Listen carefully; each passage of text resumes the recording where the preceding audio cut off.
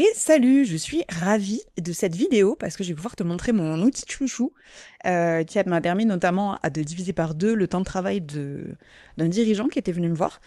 Je vais te mettre un peu plus dans le contexte avant de te parler de l'outil pour que tu comprennes un peu plus pourquoi il est venu à moi et qu'est-ce que ça a eu comme impact derrière. Donc, il est venu à moi parce que il savait qu'il y avait un problème de structuration de son entreprise parce que notamment il n'avait pas de visibilité financière à plus d'un mois et ça faisait 1 an que ça durait, donc en fait c'était un stress permanent. Bon, derrière quand on a creusé, on a vu que il n'y avait pas de suivi de performance ou de trésorerie particulier. Il ouvrait ses comptes, il voyait ok là il y a tant, très bien, je peux payer mes gars ou pas. Ouais. Et surtout que ses clients venaient systématiquement du bouche à oreille. Donc pour pouvoir prévoir quand la trésorerie va rentrer, c'était un peu compliqué. Donc il y avait ça d'une part. Le deuxième problème majeur qu'il avait, c'était sa charge de travail. En fait, il sentait bien que tout le monde était à fond. Lui était déjà à 60 heures par semaine. Ses gars étaient pareil full-time et même un peu plus en vrai. Donc en fait, ils étaient tous à flux tendu et donc il n'y avait aucun monde où ils pouvaient absorber de nouvelles opportunités. Sauf qu'on a vu que le problème numéro un qu'ils avaient, c'était qu'il y avait des risques financiers. Sauf que si tu peux pas absorber de nouvelles opportunités, ton risque financier, il restera là tout le temps. Donc c'est un peu un serpent qui se mord la queue, on va le voir tout à l'heure. Il voulait recruter pour pouvoir libérer un peu de son temps et d'avoir une équipe delivery un peu moins en flux tendu. Le problème, c'est qu'il n'était pas sûr de pouvoir. Parce que la charge de travail, vu que il ne savait pas quel client allait rentrer, il y avait une situation qui était tendue à ce niveau-là aussi, quoi. Donc en plus, il avait déjà fait appel à des freelances, mais il n'était pas franchement satisfait du résultat. Donc on a un petit cycle un peu vicieux. Et forcément, le grand problème aussi, c'est que on a une fatigue constante du dirigeant. Il y avait une pression opérationnelle dingue, une pression financière fou, surtout avec les charges. Forcément, quand on a 3 salariés, on a un prêt sur le dos pour les bureaux, c'est pas le meilleur moment, quoi. Et en fait, il est carrément arrivé à se demander pourquoi il se levait le matin, quoi. On en arrive là parfois, et c'est un peu con. Donc moi, je suis arrivée à ce moment-là. Le problème, ce que j'ai vu, moi, c'est que vu qu'il n'a pas de temps disponible, parce qu'il est déjà à 60 heures par semaine, il n'a pas de temps disponible pour s'occuper de la stratégie, de la structure de son entreprise, du développement commercial. Sauf que si tu n'as pas le temps de te développer commercialement, forcément, tu restes dans ton cercle vicieux de pas de visibilité financière. Son cerveau, au dirigeant, c'était la seule source de stockage de l'ensemble des informations de la boîte. Donc une charge mentale, mais plus. En fait, il n'y avait pas spécialement de procédure, de SOP, comme on appelle ça, de process qui était calé, il n'y avait pas un hub tout simple, il y avait voilà, toute la trésorerie, toute la gestion, tout était dans sa tête. Et ça c'est pas bon du tout, ni pour tes équipes, ni pour toi-même. Il n'avait pas de système de gestion qui lui permettait de piloter facilement l'entreprise, en gros. Et aujourd'hui, ce qui était délégué, c'était les activités et les tâches plutôt que des process, parce que tout était dans sa tête et que tout le monde faisait un petit peu comme il avait envie. Et il n'y avait aucun moyen de contrôler et la bonne exécution et la qualité et la performance de ce qui était livré. Même si, évidemment, les clients étaient toujours très contents et que, voilà, ils sont quand même doués dans ce qu'ils font. Mais il n'y avait pas moyen, du coup, de déléguer sans forcément devoir passer beaucoup de temps à former la personne. Il y avait un dernier point aussi, c'est qu'il y avait un mauvais alignement entre les prix et son offre. Mais bon, ça, on en parlera peut-être dans une autre vidéo.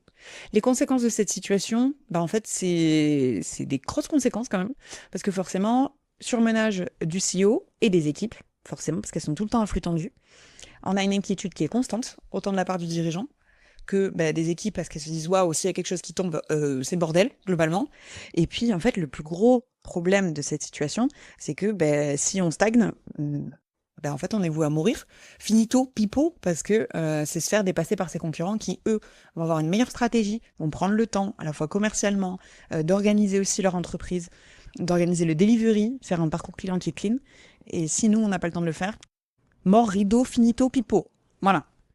Première chose que j'ai faite, c'est de savoir ces 60 heures par semaine là dont il parle, ils vont où? Pour moi, le bottleneck principal qu'il y avait, donc le problème principal qu'il y avait, l'aiguille dans le pied, l'épine dans le pied, voilà, c'était qu'il fallait absolument que mon CEO sorte de l'opérationnel. C'était obligatoire. Et pour comprendre où est-ce qu'on va pouvoir retrouver du temps, il faut comprendre où est-ce qu'il va. Donc tout simplement, on a utilisé un outil pour mesurer son temps. C'est ça, c'est tout bête. Quelque chose qui est à avoir en tête, que je répète souvent, c'est ce qui n'est pas mesuré ne peut pas être optimisé. Je voulais parler un petit peu aussi d'une erreur courante que je vois souvent, c'est que on attend d'être au pied du mur pour ajouter quelqu'un à l'équipe. Sauf que il faut avoir en tête quelque chose de très important. Les premières semaines, / les premiers mois, ça dépend si le niveau de la personne qu'on recrute, le nouvel arrivant ne sera pas opérationnel. C'est normal. Enfin, faut s'enlever la tête. Faut s'enlever de la tête que si on embauche quelqu'un, demain, il sera opérationnel et qu'il peut reprendre toutes les tâches. Il faut comprendre l'entreprise, prendre en main ses missions, les habitudes, les process en place, les vocabulaires spécifiques de l'entreprise, les différentes personnes aussi qui sont là, voir la dynamique de groupe. Voilà, il y a plein de choses à prendre en compte. Et surtout, ce que j'essaye de mettre toujours en tête, c'est que déléguer, ça prend du temps avant d'en gagner. Donc si on n'en a pas, si on a complètement la tête sous l'eau, son onboarding sera foiré, on ne sera pas content, on se dira qu'il est nul, alors qu'en fait non, il est pas nul, c'est juste qu'on lui a pas donné assez d'attention. Et je veux aussi parler de quelque chose, c'est qu'un onboarding foiré, c'est un collaborateur qui ne va pas rester. Ça, il y a une vraie stat dessus, je pourrais le mettre en description de la vidéo si besoin. Si le collaborateur va pas rester parce qu'il a une mauvaise opinion de la boîte ou qu'il a directement un désengagement, en fait, tout simplement, on va perdre du temps, de l'argent et tout le process qui sera recommencé. Et ça, on ne veut pas, parce que déjà, on n'en a pas du temps. Et en l'occurrence, on n'a pas trop de l'argent. Donc bon, c'est un peu con. Donc il faut prendre ça en compte et faire attention. Donc du coup, il vaut mieux avoir un moment un peu de ventre mou avant, pour pouvoir se permettre de prendre quelqu'un dans son équipe. Plutôt qu'être complètement sous l'eau, c'est la panique et puis là, on prend quelqu'un. Non, faut pas voir la personne comme un sauveur. C'est quelqu'un qu'il faut choyer, qu'il faut former et qui après sera opérationnel. Voilà. Parenthèse fermée. Je reviens à mon outil. Alors, c'est tout con. C'est un audit de temps, tout simplement. Le bon audit de temps, voilà comment je le fais. On va avoir les différentes tâches qu'on va mettre. On va essayer d'être le plus précis possible et le plus granulaire.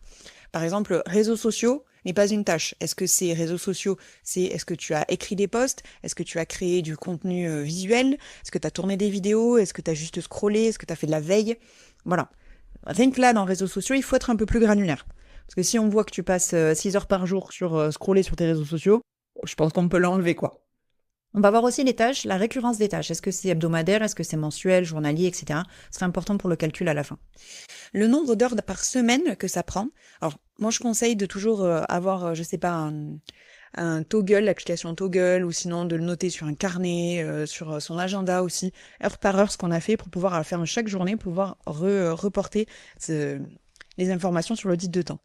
Le niveau d'énergie, pour moi, est très important. Savoir si la tâche est neutre. Est-ce qu'elle t'a donné de l'énergie? Donc ça, c'est plutôt kiffant. Soit elle t'a pris de l'énergie. Ça va être important aussi pour savoir ce qu'on va avoir, ce dont on va se débarrasser. Le domaine aussi. Il y a le domaine commercial, le domaine communication, opérationnel métier, suivi d'équipe, etc. Le rôle, est-ce que c'est un rôle de CEO? Est-ce que ça, il n'y a que le CEO qui peut le faire ou pas? Est-ce que c'est un rôle de manager? Est-ce que parce qu'après un CEO peut être aussi manager évidemment, mais il y a des tâches de manager qui au bout d'un moment quand l'équipe grossit, ça peut valoir le coup de mettre directement un manager entre le CEO et les équipes. On a les rôles aussi de technicien. Les rôles de technicien, c'est vraiment faire, délivrer, voilà, c'est du technicien.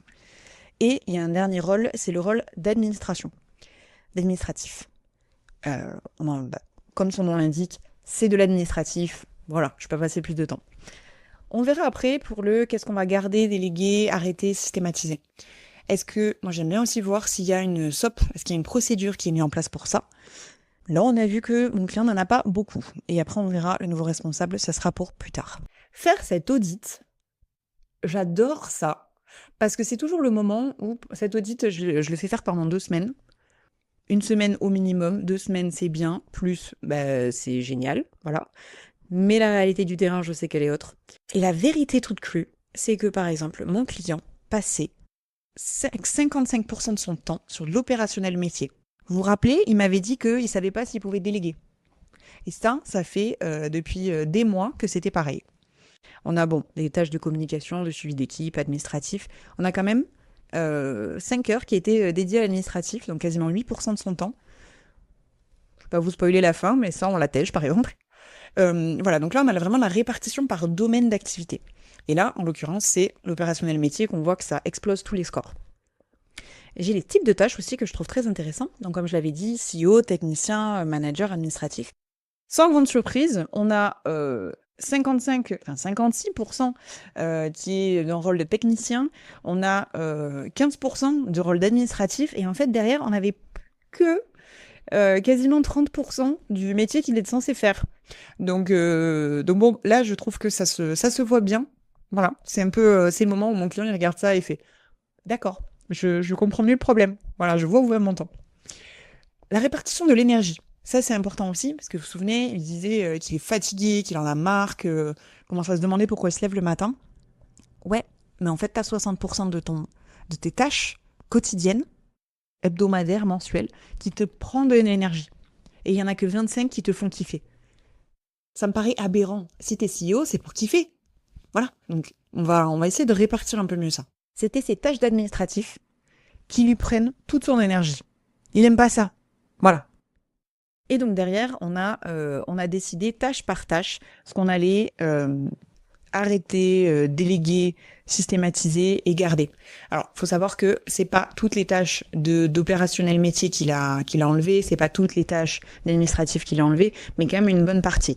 Ce qui fait que tout simplement, bon, déjà, il y avait eu un point positif, c'était que il y avait pas de tâches qu'on a vu qu'il fallait arrêter. Parce que lui, il fait déjà aussi attention à ce qu'il fallait, ce qui était ou non utile pour son entreprise. Ça, c'est déjà pas mal.